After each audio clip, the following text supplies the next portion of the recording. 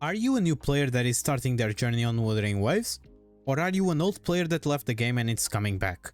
Well, maybe you are just an old player but you don't know who should you pull. Don't worry, no matter who you are, this video is for you. In this video, I will talk about the characters that you can't miss on your account, and since we are on the anniversary update with a lot of banners, this might help you know who to target first. So, without any more furthers, my name is Dphoenix and let's start with a small disclaimer. Before we start, I just want to let you know that Wuthering Waves is a game with the minimum amount of power creep you can see on a gacha game. So, no matter what list you see, I want to let you know that you can 100% clear content with anyone you like, either they are meta or not. So please, don't start sending hate on the comments if you see a character that you love or think it's strong not appearing on this list. It's just based on my opinion and conclusions for now. Also, keep in mind that character values are always changing, so please, breathe before you comment something bad. Thank you very much, and let's continue. I will start by talking about my honorable mentions, because we have a bunch of great characters and unfortunately I can't put them all on the top. I will start with Zhezhi, our most recent 5-star character on the game. The reason why Zhezhi is on the honorable mentions, it's because she's just too recent. Sure, she's a beast and clears every content without a sweat, but she's also a character that needs some skill to be played, and also skill to know how her rotations should go, especially if you don't have Phoebe, and for that reason, even though she's one of the strongest characters for now, I will give her the first honorable mention of this video. The second honorable mention of this video will go to my favorite character of the game alongside Zhezhi, and that is Xiangli. Xiangli is not the best DPS of the game, it's true, and she's not the best sub DPS of the game as well, but she's something that not a lot of characters can be, and that is flexible. You wanna make her a main DPS? You can. You wanna make her a quick swap DPS? You also can, and she will always deliver. Sure, you will not see a lot of 300Ks and big numbers, but she will always deliver good and consistent damage that in the end of the day is more than enough to help you clear endgame in the required time. Now, for the third honorable mention of this video, we have none other than the 5-star that was given out for free in the past, Xiangli. Really, when people hear about free 5-star characters, they always think they are bad, but that's not the case here. Xiangli is able to clear anything the game has so far, and he is also super flexible, since she can be used as a hyper carry or a quick swap DPS, making him extremely valuable and strong in most content. And now, for the last honorable mention of this video, we have a character that has recently launched, and that's Phoebe. Phoebe is probably the most F2P friendly character on the game, since she can work super well with F2P teammates and weapons. Not only that, but she can be played as a DPS or hybrid thanks to the different modes she offers you while fighting.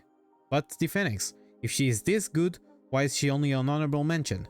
Simple, as the moment I'm recording this, she just found out her best partner in crime, Zhezhi, and it's still soon to take conclusions about her value. Phoebe and Zhezhi are characters that if I had to take a guess, would be on the actual list if I made this video in the future. Now we are moving to the actual characters that I think you need to get on your account. And let me tell you, this will not be a ranking of any type, I will just separate them into DPS, sub-DPSs or hybrids, and supports. So, let's start by talking about the supports that I think you need to have on your account. One support that you can miss in your account will be Verina. She's from the standard banner, meaning that you will eventually get her and even more copies of her, and in fact, she's the only character that you should be happy by getting from the standard banner. She has short rotations, buffs the team, and you don't need to invest a lot on her. Not to mention the fact that she has coordinated attacks into her kit, helping her on teams that need that. And even though there are better sustainers in the game, I'm looking at you, Shorekeeper, you can use Verina in the last side rooms of Tower of Diversity or even on the other team of Wuthering Waves, and leave the big mama Shorekeeper to the most difficult chambers. I already mentioned her, and now it's time to talk about her, Shorekeeper. She's the best sustainer of this game for now, and I would dare to say that she's the only must pull we have. She heals a lot and for a lot of time, she can deal some damage with her intro skill and is extremely flexible, and it's the only character that buffs both crit rate and crit damage, helping you improving the stats on your character's builds. She's just that character, and as long as you build her decently, she will never let you down. Now, moving to the sub DPS / hybrid characters. And who better to start than Sanhua? You can already see her value, because I will let you know right away. She is the only 4-star character in this video. She is a free character, you have multiple viable rotations to do with her that are also super fast, she has decent damage, and she serves as a great quick swap character and basic attack buffer. And once you get her minigame on her forte into your muscular memory, the only downside of her will be not doing everything so fast when she gets it. As the second sub DPS / hybrid I'm going to talk about, we have also a character that recently launched, and that is Brant. Some people may say that Brant is hard to build and that he needs his signature weapon to be really good, and even though that is not completely false, you can still use him and build him with more achievable weapons. And come on, he's easy to play, deals very good damage, heals the team and provides a good shield, all of these while also being able to pair well with other DPSs due to the buffs he provides. I get that people get frustrated when building him without a signature weapon, but ignoring all of these aspects is something no one should do. As the last sub DPS we are going to talk about before moving to the DPSs, we have Zhezhi. She was a character that when once launched, a lot of people skipped, myself included, and I don't blame them. But nowadays, after the releases of more DPSs, it's clear that she's an amazing and an important character for those teams. She stays pretty much all her time off field after setting up her liberation, provides energy and buffs for the best DPSs that we have on the game so far, and you have two different builds, one to buff more or other to deal more damage. Now moving to the last category of characters we are going to talk about in this video, we have the DPSs, and let's start with Camellya, the most obsessive woman of Wuthering Waves. Camellya is excellent in AoE combats while also being great on single target fights. Not only that, but she has various ways to deal damage. You can spin 2 in with her basics and deal a lot of cheap damage, you can use her burst to deal a small nuke, or charge her forte to deal a big nuke. She is great at clearing content, and the only times where she will feel bad to use is against mobile enemies, since she will have difficulties moving around sometimes.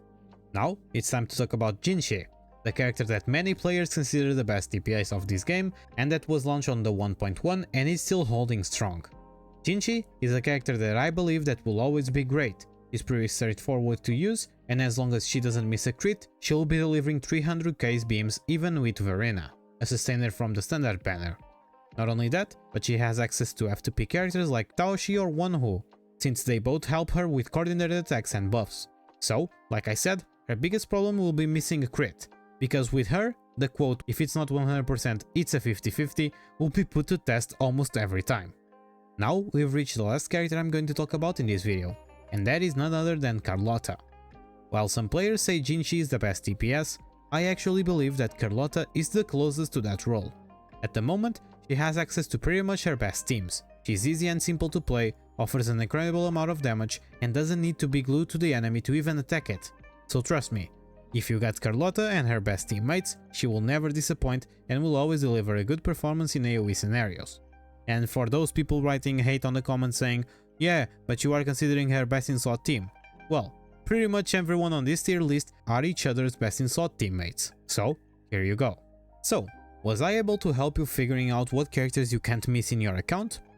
Thank you so much for staying until the end. If you like my content, don't forget to leave your sub and to like this video. Also, keep in mind that this is pretty much an informative video.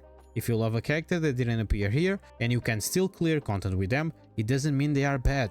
This is just a video to help players that are not connected to the game to know who should they pull. A special thanks to my members for trying to support me even more. My name is dphoenix, and don't forget to follow me on my socials.